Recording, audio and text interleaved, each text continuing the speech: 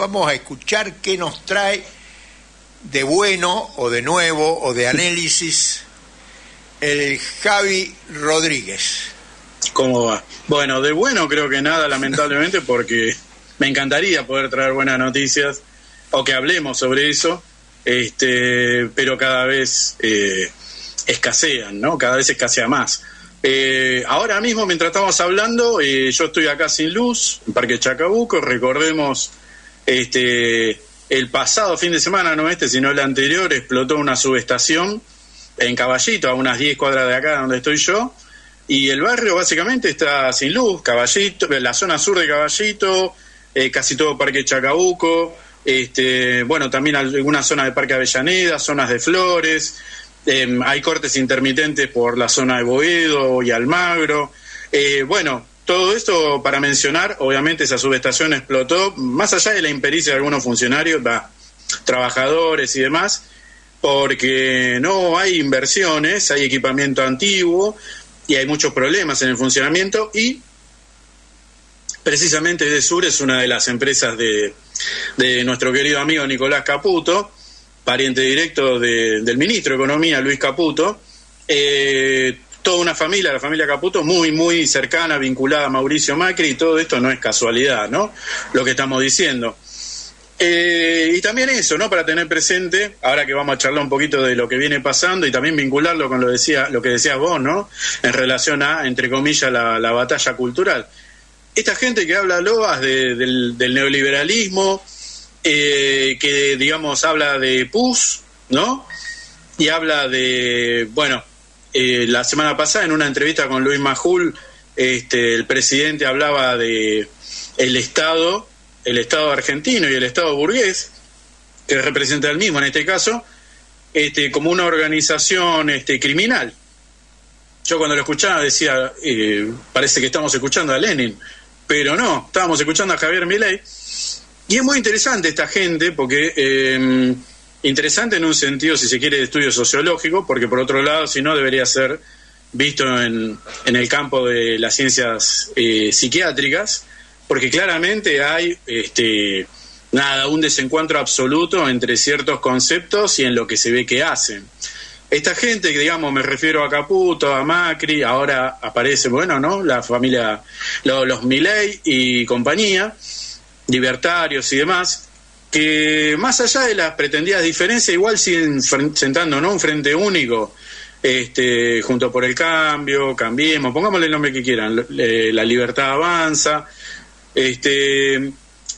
Básicamente lo que hacen todos es terminar acordando en sostener un ataque frontal contra el pueblo, contra los trabajadores y trabajadoras centralmente, y ya habíamos hablado, y lo peor de todo esto es que es a costa del Estado, porque esta gente precisamente se ha enriquecido en gran parte viviendo de subsidios, de absorción de deudas, de concesiones y demás, que se le han hecho a sus distintas empresas. Recordemos, a todo esto son todos grandes grupos empresarios locales, deficitarios históricamente, como quien dice, malos empresarios, digamos, no son empresarios que generan ganancias y demás, sino que suelen ser malos empresarios, ni siquiera eso podemos decir, y obviamente, ¿qué hacen? Cíclicamente generan ciclos de endeudamiento del sector privado que después lo terminan transfiriendo al Estado, que lo absorbe, y obviamente quienes lo pagamos nosotros, vos, Daniel, Dayana, por ahí, Mauro y todos y todas nos están escuchando.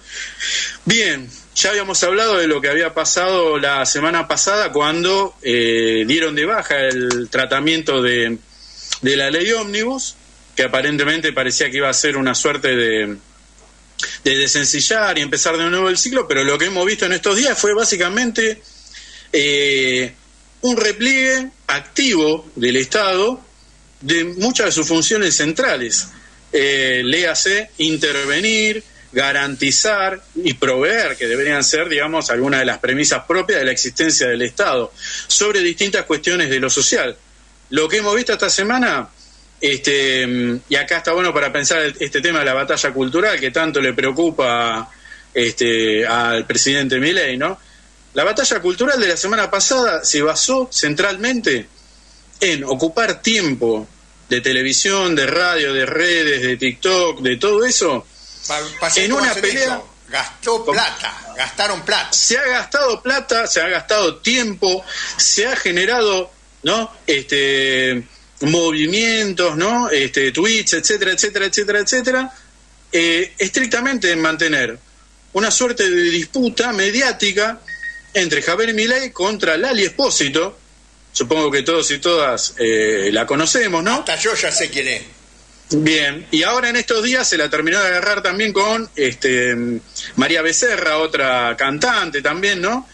De estos nuevos grupos que hay, ¿no? Sub-25, pero a lo que voy es eso que ha ocupado tiempo político en una clave, si se quiere, de disputa mediática, televisiva, etcétera. ¿De qué sirvió? Porque mucha gente ha quedado también pegada a ese tipo de discusiones, y ahora vamos ahí para entender cuál es, ¿no? Por dónde pasa esta famosa batalla cultural, ¿no? Se ha ocupado todo este tiempo para cubrir lo que es importante. ¿Qué es lo importante? Un montón de acciones, en algunos casos directas y en otras por omisión, para precarizar groseramente las condiciones de vida de todos nosotros y nosotras. Para empezar, destacar que el sábado se conoció el informe sobre pobreza e indigencia que hizo la Universidad Católica Argentina, o sea que ya conocemos, ¿no? Y no estamos hablando precisamente de un espacio que es algo muy socialista, ¿no? Precisamente, ¿no? La UCA. Pero bueno, ha dado cifras en las que se ha manifestado que la pobreza, que hasta noviembre de 2023 manejaba más o menos cifras del 44,7%, y en diciembre había llegado hasta el 49,5%, lo cual ya era una barbaridad. A esto le hemos dedicado varios programas, ¿no? El tema del crecimiento de la pobreza y particularmente de la miseria o indigencia. Las cifras de enero han dado un salto del 49,5% al 57,4%. Esto está superando los niveles de pobreza que se tenían en 2002, considerado ese momento como el peor nivel después de lo que fue el estallido de 2001 y todo lo que fue los problemas generados a partir del corralito y toda la crisis del 19 y 20, ¿no? Estamos viviendo uno de los niveles más altos de la historia de pobreza en la Argentina. Aproximadamente esto representa 27 millones de hermanos y hermanas de Argentina, de los cuales 7 millones son indigentes. Esto es, ni siquiera llegan a cubrir la balanza básica, la canasta básica alimentaria, ¿sí? Entonces estamos hablando, recordemos cuántos habitantes tiene nuestro país, aproximadamente unos 48 millones, bueno, números más, números menos, 27 millones somos, porque creo que acá claramente de quienes estamos hablando y quienes estamos escuchando no estamos en la casta precisamente, ¿no? Ahora vamos a hablar sobre la casta, pero somos pobres. Y se han incorporado, veamos, el salto de noviembre, éramos el 44,7, era una barbaridad, pasamos al 57,4 en menos de 3 meses. Faltan los números de febrero. En 2 semanas los vamos a ver, seguramente. Bueno, no lo quiero saber. ¿Pero qué pasó en todo esto? ¿Cuáles han sido las medidas del gobierno? Básicamente ninguna. Lo que se ha hecho, por un lado, este Ministerio de Capital Humano, un maravilloso nombre de película distópica de terror y ciencia ficción, Sandra Petovelo, lo que ha hecho es quitar, recortar asistencia a numerosos comedores que, precisamente teniendo un crecimiento desmesurado como estamos teniendo de la pobreza y en general y la miseria, y sabiendo que en general los más afectados siempre son los niños y niñas, ¿no? Jóvenes, adolescentes, ¿no? Que suelen ser los más expuestos ante todo esto, se han recortado del todo o en gran parte la asistencia a comedores, a distintos lugares donde se asistía de alguna manera, a la par que también se han cerrado oficinas que entregaban alimentos no solamente, sino también remedios, tratamientos médicos y demás. Todo eso considerado obviamente que es un derroche, ¿no? Un despilfarro. Esa misma asistencia en parte se le ha transferido a comedores vinculados a iglesias evangélicas, que precisamente han sido algunas de las que han financiado la campaña presidencial de Javier Milei. Precisamente en eso mismo también tenemos, ya se ha anunciado el jueves pasado, una tanda de aumentos de luz que va a llegar entre marzo y abril a un aumento progresivo según los niveles adquisitivos. Vieron que hay, según la zona de residencia, son categorías. Los sectores de ingresos altos va a ser un aumento en 2 o 3 etapas de un 237%. Uno diría, bueno, pero en los sectores medios ese aumento va a ser del 258% en proporción, y en los sectores bajos, ¿no? Estamos hablando de la luz, va a llegar a por lo menos el 300 y un poco más también % de aumento en 1 o 2 veces, ¿sí? De manera que estamos hablando de un aumento grosero. Sumémosle a esto, estamos ya a 15 días, quizá menos, de un hipotético inicio de clase. Y digo un hipotético inicio de clase porque hasta ahora ni siquiera se sabe si van a empezar las clases, porque la paritaria docente ha quedado básicamente abierta, desierta, se están echando culpas, el Estado no quiere intervenir, de manera que no hay acuerdo con los docentes y hasta ahora no hay anuncio efectivo en ninguna provincia, y menos de parte de Nación, en que se garantice el inicio de clases. La canasta escolar está dando un promedio de aumento del año pasado a del 450%, con precios como, por ejemplo, que una carpeta, sin hojas, una carpeta de solapas sale hoy 4.500 pesos, un cuaderno anotador 2.300 pesos y más, yo he visto 3.000 tranquilamente, y una resma de hojas 22.300 pesos, ¿no? Y solo no estamos entrando en guardapolvos, zapatillas, ropa. Digamos, tengamos presente que todavía no se han verificado aumentos salariales, y de paso también la pasada semana, el miércoles, tuvo que reunirse el Consejo Nacional del Salario, y la reunión fue saboteada por el propio gobierno con el acuerdo de las cámaras empresariales, la CGT, y estamos hablando de la CGT, la CGT iba con una propuesta de hacer un aumento promedio de entre el 80 al 82, 83% del salario mínimo, mientras que la posición del Estado, como también de las cámaras empresariales, fue no tener propuesta, ir a escuchar y evaluar. Sabotearon la reunión, no se presentaron funcionarios, se terminó levantando la reunión de manera que no hubo resolución, por lo cual se supone que el modo de intervención que habrá ahora será que el gobierno laude, es decir, que el gobierno establezca un valor que, según las fuentes que vienen hablando de parte del gobierno, incluido nuestro querido amigo Adorni, él viene hablando que posiblemente hablen de un aumento aproximado del 16% sobre el valor actual del salario mínimo.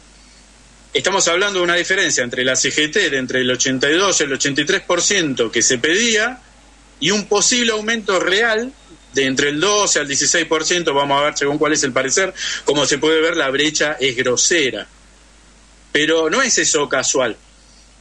La misma situación está pasando, ya lo habíamos dicho la semana pasada, que era algo que se estaba anunciando. Bueno, acá ya es una realidad, el aumento de los medios de transporte. Hoy estamos teniendo un viaje en colectivo que el mínimo es 270, anda entre los 300 y 320, en especial si es zona interurbana, bueno, los números suben. Para marzo se espera un aumento que va a superar los 500 pesos para el mínimo, y se espera para abril estar llegando a los 700, 720, 750. Estamos hablando de mínimos. Mínimo de transporte. Imaginemos una persona, yo tengo un viaje de ida y vuelta en subte a mi trabajo. Tengo una compañera que viene desde La Plata, se toma 4 cosas, entre tren, colectivo.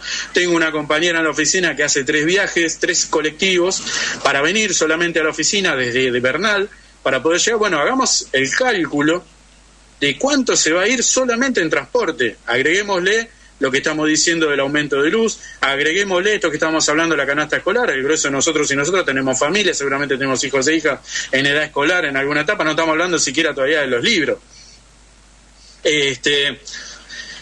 Como se dio la semana pasada la eliminación del Fondo Compensatorio del Interior, que era el modo con el que se subsidiaba en general los pasajes del interior, en parte una suerte de represalia del amigo Caputo hacia las provincias, en especial a Córdoba y Santa Fe, por no haberle votado a favor y haber aportado, digamos, a que se baje el tratamiento de la ley Ómnibus, Hoy tenemos cosas como que, por ejemplo, el boleto de colectivo simple desde Mar del Plata a Villa Gesell está a 1.200 pesos hoy, ¿no? Bueno, obviamente podemos un transporte interurbano, no de larga distancia. Exacto, estamos hablando de un colectivo que va con las ventanas abiertas que por ahí no tiene ni aire, ¿no? Eso estamos hablando, no estamos hablando siquiera de media distancia. Estamos hablando de un colectivo común y corriente y que es central posiblemente para gran parte de trabajadores y trabajadoras que se movilizan de esa manera.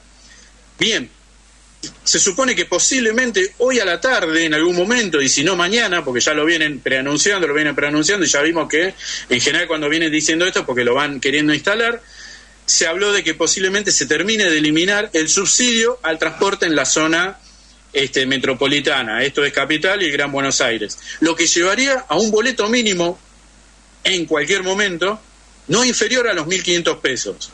Las cámaras empresariales del transporte, las 5 cámaras, todas salían a decir, Caputo, le enviaron una nota, las cámaras empresariales, diciéndole, date cuenta que no vamos a poder sostener el servicio. De hecho, al día de hoy, algo que estamos viviendo todos y todas quienes viajamos, es que se nota que hay una baja en la frecuencia, porque han bajado la frecuencia para pagar quizás menos de ciertos salarios y no están pudiendo cumplir con los acuerdos paritarios y los aumentos que se acordó con la UTA. De hecho, también este próximo miércoles ya está anunciado, se anunció el viernes de parte de los ferroviarios que están viviendo una situación similar y va a haber un paro ferroviario este miércoles. Todo esto solamente como para querer decir, bueno, veamos cómo se está dando todo un ataque frontal y que evidentemente suena como una suerte de represalia, bueno,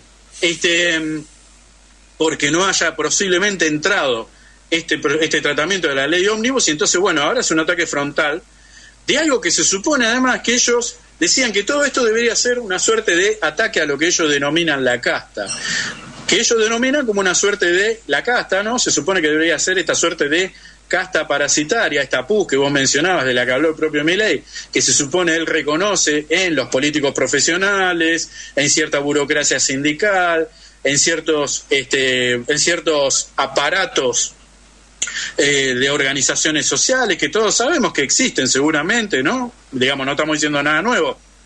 La podredumbre del sistema la conocemos. Ahora, ¿en qué afecta a esta famosa casta todo esto que estamos diciendo? Yo no lo sé. Nada. No entiendo en qué. Al contrario, posiblemente hasta sirva para generar más negocios para algunos. Y si él es casta, ¿cómo él no se puede tirar en contra de sí mismo? No. Ahora la pregunta que uno se hace acá, y esto era lo que un poco decía también el lunes pasado, ¿no? ¿Cuánto es real de todo esto? Ahí vamos cerrando, porque la pregunta que siempre subyace a todo esto es ¿cuál es el costo político para Javier Milei, que llegó hasta acá? Ya sabemos cómo, entró por una ventanilla, está ahí, y si todo esto sale mal, ¿qué va a significar para él? Nada. No mucho, va a ser una mala experiencia, se borrará, vivirá dando conferencias y clases por el mundo, como han hecho muchos, como ha hecho el miserable Sturzenegger, que precisamente es uno de los cerebros. Ahí tenemos usando una fraseología, una terminología gramsciana, un intelectual orgánico de la burguesía y de los grandes capitales. El gran problema en todo esto es que evidentemente no hay un plan claro, el plan se está construyendo en el medio, se van tirando, digamos, los zapallazos así. Claramente esto no va a terminar, no puede terminar así, esto va a reventar, y la gran pregunta es, ¿qué va a quedar después? ¿Cómo va a seguir todo esto? Porque vamos a quedar, creo que crucificados es poco, prendido fuego, ¿y cómo va a poder seguir todo esto después? Este tipo se va a ir caminando, va a decir, bueno, perdón, me salió mal, no tiene nada que perder, y sí tiene mucho para taladrarnos.